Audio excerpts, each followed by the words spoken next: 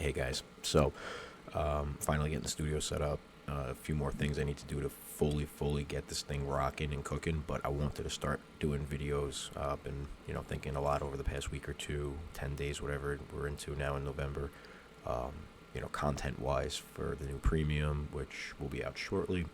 And I wanted to get the first premium videos out there. Just say hi. This is me. You'll be seeing me more now.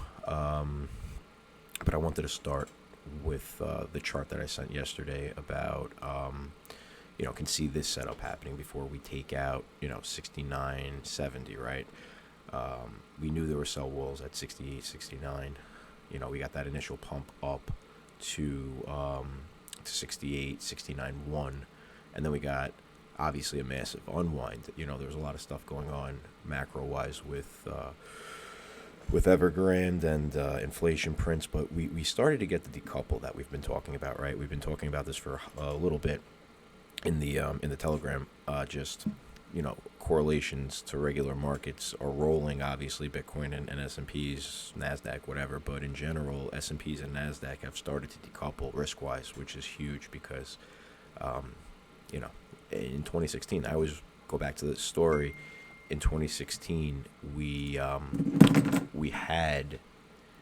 a decouple event happen with Brexit and all of that. Realistically, what happened then was markets started to price in a real hard Brexit, which obviously was correct. So, for price, but there were like 10,000 pip swings all over the place, realistically, in the FX market at that time. So we saw Bitcoin run, though. That's the thing. It decoupled from that risk. S&P down, limit down overnight. The pound across any FX was down huge, thousands of pips. Like, I've never even, to this day, still never seen anything like that in FX volatility-wise, with regard to FX volatility-wise. So, when we saw 6.2 CPI come in yesterday and Bitcoin rally, it gave me vibes like we're starting to get there again, right? So it's a self-fulfilling prophecy at this point. But we always talk about max pain, like what could Bitcoin do to create max pain for everybody? And the thesis was, at least my hypo, one, we're gonna rally, take out highs, pull back into this area, take out the UFAs, MPOC, all of that, test support, like tap and go. It never happened. We got close, but it never really happened. And this was, prior to 69.1, we knew, again, sell walls 68, 69, so it shouldn't have shocked anybody. It's why we said move the stops up, protect the profit. And we're going to go over this again in the new premium. That should be out in a little bit. So, we'll touch more on that. But, so for me, max pain, my hypo one is busted. It ran on me. I never got filled at those prices that I was looking for, but it did take out new highs. And what happened directly after that was we wound up doing, pretty much exactly what we thought was going to happen, right? So let's just switch this a bit to a 12-hour. Okay, and we took them out. So here we are in that same area, testing MPOC floors that were beneath that area of the profile. And now, we're looking okay, guys. I mean, do you see this here? We're holding support quite well in the mid-range. It did exactly what I thought it was going to do, but it took a little bit longer to unfold because, again, Bitcoin is going to mind F everybody in the process of price discovery. It hasn't even started yet. So it's good that it pulled back into this range. It's healthy. So, people are going to start taking scalps. I know people in the chat are taking scalps and mini swings, things like that. I'm flat right now. Just, yesterday I took profit on everything as per the report. That's why I said follow report, keep your stops tight. But yeah, I mean, it did exactly what we thought. So now I know people are going to start getting bearish. All right, you can't let people get bearish. You can't let people sway you bearish, rather, because like we spoke about it yesterday. Also, like CT is another mind effort with everybody switching their thesis for a percent here or there. So realistically, we're in a position right now where we have a lot of bids stacking up on futures right now. Literally, like, right in these are institutional bids. I mean, we've been talking about this.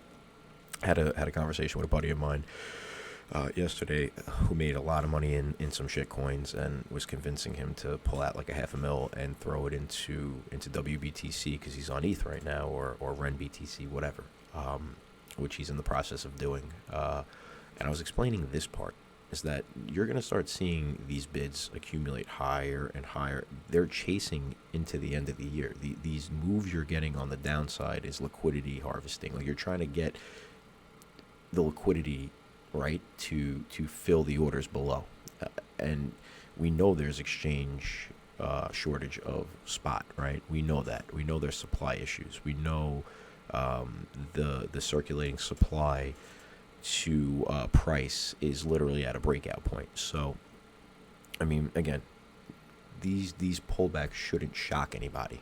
It's a way to get bigger orders filled at lower prices. No institution that's throwing billions of dollars into this wants to chase to 100K.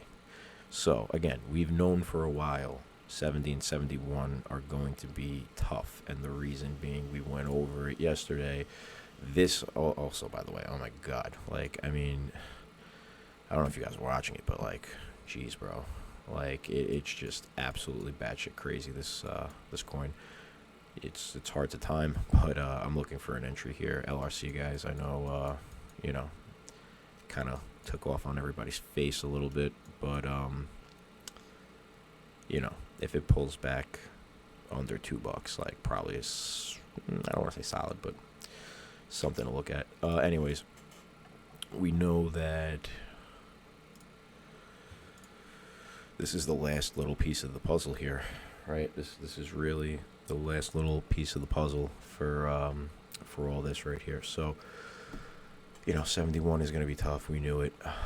It's about harvesting liquidity to get to the prices these people want to be filled at. They're not going to chase it. So expect 71 to be a little bit more of a, 69, 70, 71, all the way out to like 72, 3 is going to probably be a little bit of a test. So don't get discouraged. Keep your risk tight. And just follow the plan.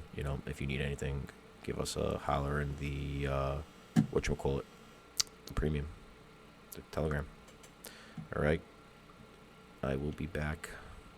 And in the meantime, good luck. And I'll see you all shortly.